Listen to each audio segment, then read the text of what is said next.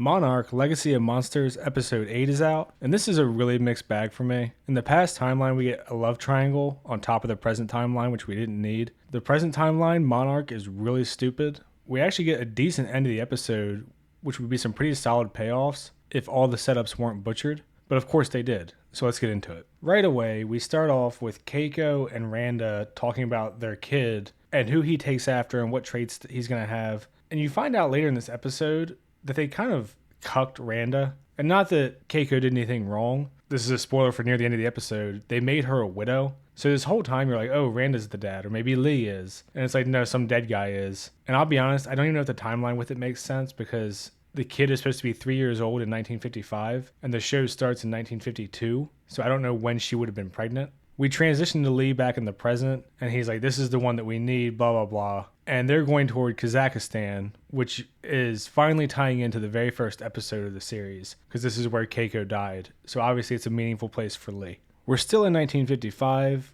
Keiko, Lee, and Randa are meeting with the dickhead military guy that took Lee's job running the Monarch operations. And the military guy is essentially saying, look, you guys haven't given us hard proof of anything. So I'm going to move funding over to stuff that's more directly military related because we're in a Cold War. He talks about taking Keiko's clearance away because she's Japanese. And Randa gets pissed off and tries to go after the guy, and Lee holds him back. There's a bunch of stuff that this is setting up that could have been really interesting, but it wasn't because of the way that they executed it. But this whole conversation to me is another wasted opportunity because Keiko is saying, we're trying to save the world, not just the U.S. And the military guy is saying, look, I'm a part of the U.S. Army. It's my job to worry about the United States of America, not the entire world. And this could actually be an interesting conversation if they hadn't framed this guy as like cartoonishly evil and just a political military guy, and they call him a fascist and all this stuff. But in reality, that is the truth. Like, people in the U.S. military or politics or whatever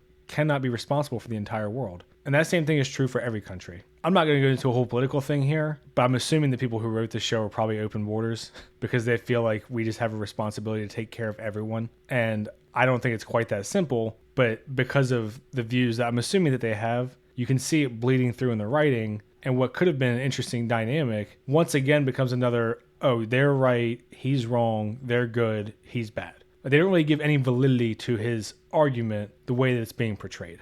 But as far as the story itself goes directly, they're pissed off because they're about to lose their funding. And we actually get like a neat little transition here where Lee, Keiko, and Randa are riding down the elevator.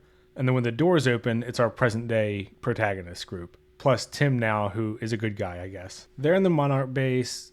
Tim is saying this is your grandparents' legacy. And Verduga, because I finally learned her name after 8 episodes, is like, we're good at questions, but we need answers. Shaw's somewhere, we don't know where he is. And Kate is like insistent that they be the ones who go after him because they're the ones who are related to it and blah, blah, blah. Tim is advocating for the main 3 to help because their bloodline has let them follow Shaw all around the world until they found Godzilla. They explain here that after Shaw blew up the entry point to the Hollow Earth in the end of the last episode, that Gamma there went to 0, but it increased everywhere else. So they're afraid if he shuts down another one, they're going to see a bunch of monsters come up. I'm assuming this is setting up for King of the Monsters because this is all in 2015 and King of the Monsters was 2019, at least in our world. So I'm assuming that's what's going on here is the season's going to end with Shaw blowing up another entry to the Hollow Earth and everything goes crazy, and that's kind of where it ends because they don't have the budget for a million Titans to show up. So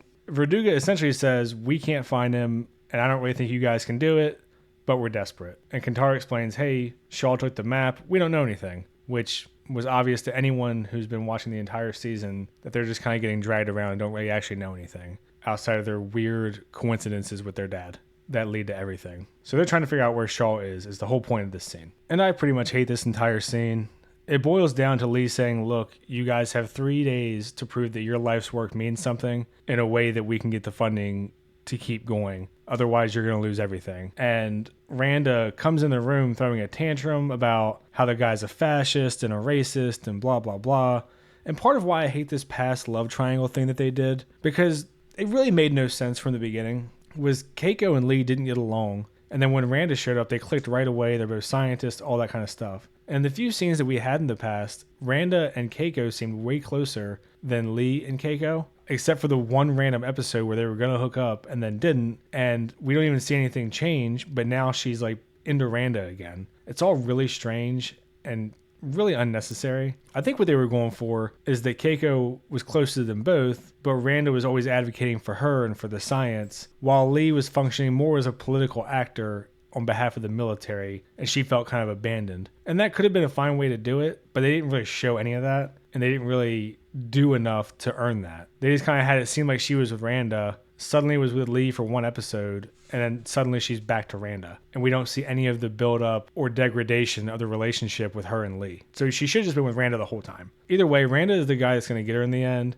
And he punched a hole in the wall, and he says fascist, and he says racist, and he's saying all the good things. So we know he's the good guy. Anyway, so they have their timeline. They need to move on. And the end of this scene is also super weird. Lee says, I want you to make me a map that is simple enough that regular people could understand it. And I know they're supposed to be like super genius scientists and whatever, but wouldn't making a map of all the shit you've been doing be like one of the most basic and first things that you do? A really weird thing here to be like a major plot point that they need to make some kind of map. But that's what he tells them to do, and that's what they're going to try to do. Back in the present timeline, they're looking through really old paper box files of stuff because they say Lee's not a tech guy. He has to be found kind of the old school way. Luckily, right away, Kate finds out that her grandmother died in Kazakhstan. They determine that because that's where she died, that's where Lee's going because he operates based on personal gut intuition and blah, blah, blah. They tell Verdugo what they found, which is essentially just a hunch. And she says, we can't go into those borders because of political reasons or whatever. It'll have to be a small team. So, of course, the small team they send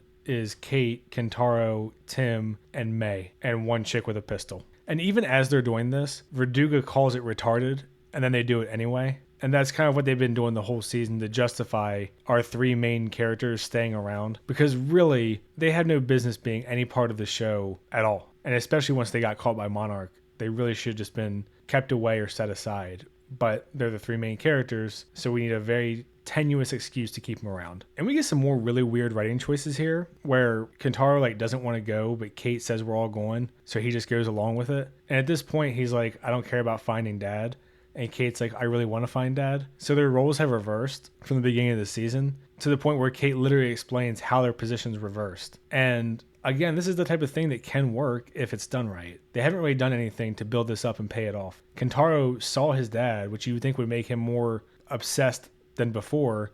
And instead, he's like, nah, fuck it, we're good. And Kate kind of changed after that talk with the pilot in like episode 3. Her change was more done over the whole show, but she just kind of sucks. But the fact that the writers are calling out their own character development that they want instead of just doing it is insane to me. Randa and Keiko are here talking about how to make a map, and they're like, oh, but the dimensions don't make sense. And she goes on this long tirade to essentially explain what he's done looks like a blueprint where there was a million architects who did whatever they wanted, and the inside of the house would never fit into the outside of the house. And this is kind of how they're trying to set up for the Hollow Earth thing. So they're holding hands, and she thanks him for standing up to the military guy and blah, blah, blah. And this scene is pretty long, and I actually don't like most of it. Randa borderline confesses to Keiko about how much it meant to him when they met because she believed him and stuff. And of course, Lee is just eavesdropping right outside the door because he has to find out some way for some unnecessary drama and tension in this weird half-assed love triangle. And also, the whole scene I really don't like because Keiko is essentially explaining this stuff to Randa like he's retarded. Like, she's super condescending. She talks to him like he's a child. And the whole scene is done that way, where it's like, you're the idiot, let me explain everything. But they're supposed to be both PhDs in fucking science. Like, even if he doesn't have a PhD or a super specialized background in whatever hers is, there's generally an understanding among scientists, at least on the fundamentals. And just for the fact that they both have PhDs, you wouldn't think one would be that condescending to the other. Although as someone who has a master's in science, I will say a lot of them are pricks. We get this really brief scene in the car after they've gotten to Kazakhstan where Kate is like, look, just let us talk to him. And the one Monarch lady is like, no, he escalated it. And she's like, yeah, if we show up with guns, it's going to escalate further. Let us just talk to him. They bicker back and forth a little bit, but nothing else really important happens. Finally, after 8 long-ass episodes, we're finally tying in the end of episode 1 with the rest of the present-day timeline. This is them going into the area where Keiko died. They go inside, they're reading the numbers for the gamma radiation. Tim asks what they're getting, and the amount that they give, he says, is the equivalent of 1 X-ray per hour. And he's like, but this area was supposed to be inhabitable for 1,000 years, so something is absorbing the radiation, which obviously means there's a monster nearby because they already know that the radiation feeds the Titans. We see the melted shells of the little buggers that killed Keiko, and they explain that things molt as they get bigger, so that's one possibility, and the radiation's a little bit higher here. So it's pretty clear that there's a bigger monster nearby, and they keep going. Another thing they do here that I find really annoying is Tim steps on the bug thing and he's like freaking out. And he's like the ass end of all the jokes now. Like he was like the weird creeper antagonist to start the season.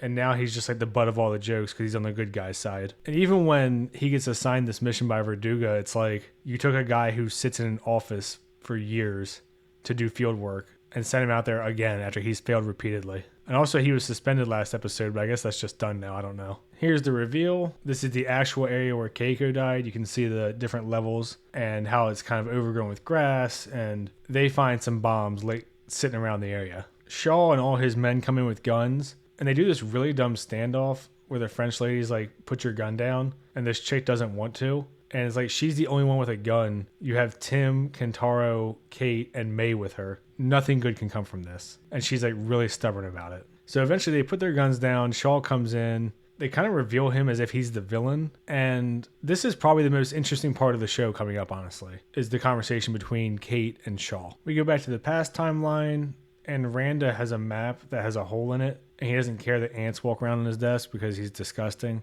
And an ant walks through the map onto the other side, and that gives him the idea of some kind of Earth within the Earth or parallel to the Earth or whatever the case is. He has an epiphany about the whole hollow Earth thing. He keeps calling Keiko, but she's not answering, so he goes over to her place and is banging on the door, and her kid comes out. And this is the parents of Kate and Kentaro, Hiroshi Randa. So this whole scene I also fucking hate because it just seems so unnecessary. But Randa explains his theory to her. She seems to agree with him. They talk about the kid. She explains that she's a widow and how she didn't want to tell anybody because they already are racist against her because she's Japanese and she's a single mom and blah, blah, blah. And Randa's like not really giving a shit. And obviously he takes the kid in and raised it like his own. And this all just seems so unnecessary when you could have just made the kid theirs. Don't really understand why this plot point was needed at all. And she also explains that when the military guy earlier mentioned some of her secrets or whatever, that she was trying to get citizenship for her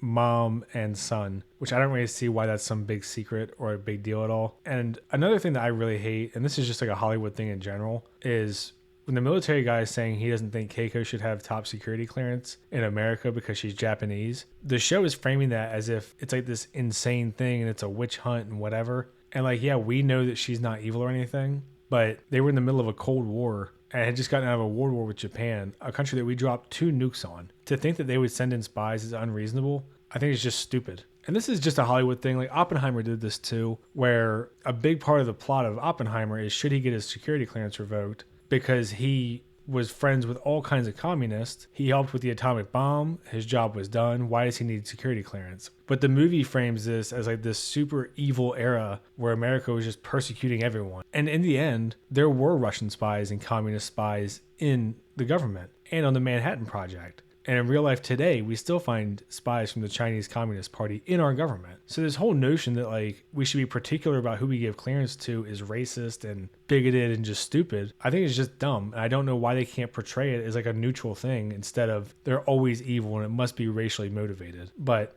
whatever. So yeah, that's the whole scene is he finds out about the kid. He doesn't care. He's willing to be the stepdad because obviously they were talking about it later. But it makes all the conversations they've had now seem fucking retarded. Like when he's saying things about how the kid's going to have his looks or his curveball or whatever and her brains. Like you don't say that when it's your stepkid. It's just weird. I don't really understand the decision at any level, honestly. This conversation between Kate and Shaw in the present day is probably the most interesting part of the entire show so far because she's like, look, you don't have to make this personal because my grandmother died here. And he like wants to atone and he says as much. But she's also like, you know, I know you think you're doing the right thing, but what if it leads to something worse? And he's like, I don't think it will. And at the end of the day, Monarch does nothing. They just document things and sit on their asses. So I think we should at least try something. And those are both valid perspectives. I guess because it's not a political thing, I think the show does a pretty fair job of representing both sides of this argument, where you have the people who are like, look, we might be making things worse, and the people who are like, look, we've done nothing, we should at least make an effort. And there's a good debate to be had there. So this is by far the most interesting part of the show to me. Definitely this episode, and probably the whole season. Because neither one of them is framed as particularly right or wrong or good or evil. They just differ in their opinions, and they're trying to figure something out. And we see Lee one more time trying to get this debrief to the main general, and he explains to him that the in-between guy cut out the stuff that they put in because he wanted the funding for himself and for his own military operations. And I forgot, but earlier in the episode when they were looking through the Monarch building, Kate says, "There's no pictures of my grandparents here. I thought you said they were legacies in Monarch." And Lee says, "Yeah, you know, some stuff happens." And you can see this general's picture on the wall. So what is going to happen, I'm sure, is Lee gave these folders over. This general is going to take all the credit, and then Kate and Randa are going to get screwed and dismissed. That's just a prediction. It hasn't happened yet, but that's the implication from the present timeline. And Lee also makes a point here to repeatedly say they're not going to get dismissed and they're not going to lose credit, are they? And blah, blah, blah. And the general agrees to it.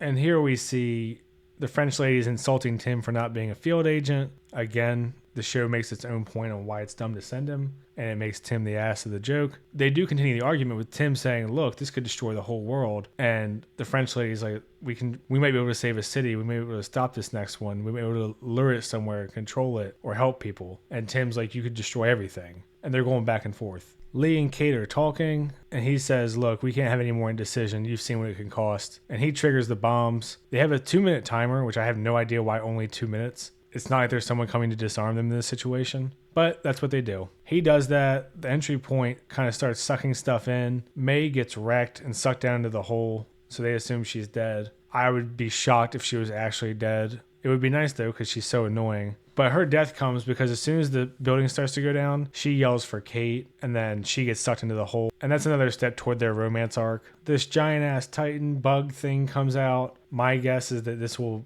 be Keiko down the line. This will somehow save them. But it jumps out of the hole before it gets sucked back in. It kind of latches onto Kate as it's falling back into the hole. Lee grabs Kate and he's like, "Don't let go of my hand." And obviously this is a callback to the episode 1 where he let Keiko die. And these two end up getting sucked into the hollow earth together. And then Kentaro and Tim are left there kind of upset and buried in rubble. And I'm assuming alive, despite the rubble. My guess is the next episode, they're going to wander around the hollow earth and find May. And then they'll get out in episode 10. And Kentaro, I guess, will just sit around and sulk and bitch or whatever. I don't know. And the episode ends with the bombs detonating and the whole building collapsing and presumably closing the hole. And yeah, that's it for this one. This was a really weird episode. I hated the love triangle thing. I hated the Randa as the stepdad thing. I don't like Lee being like jealous of Randa, and we have no idea why him and Keiko just grew apart. They just cut to it between episodes. I did like the debate about whether or not they should be trying to close these holes. I'm okay with them getting sucked into the hollow earth, I guess. Depends on what they do with it. Overall, the end of the episode was probably the most interesting part of the whole season, but how much confidence do we have for them to follow through with anything? This would be like the 3rd or 4th time that we've ended with a cliffhanger on a Titan, and the last couple didn't really amount to much, so I'm just kind of in wait and see mode for these last 2 episodes. All the drama I find really unnecessary, and a lot of this has really felt strung out to me. In the past timeline, the characters definitely have more chemistry and they're more likable, but the entire show has essentially just been them like, well, we don't have any proof, but we'd like funding over and over. And that's kind of been happening with like little couple year time jumps repeatedly. I wish they had done a little bit more with the past timeline. The present timeline has been like 75% drama and then 25% like, why the hell do we have the main characters here? It doesn't really make any sense for them to be here. And their motivations are totally unclear and what they're doing is totally unclear. And this episode also just totally sidelined May after the last 2 were heavily focused on her. Not sure what inspired that decision. They made Monarch really dumb. Monarch going public at the end of last episode was a huge deal, and they just didn't touch it at all this one, other than to say, hey, everything's about to get destroyed. At this point, we've got 2 episodes left.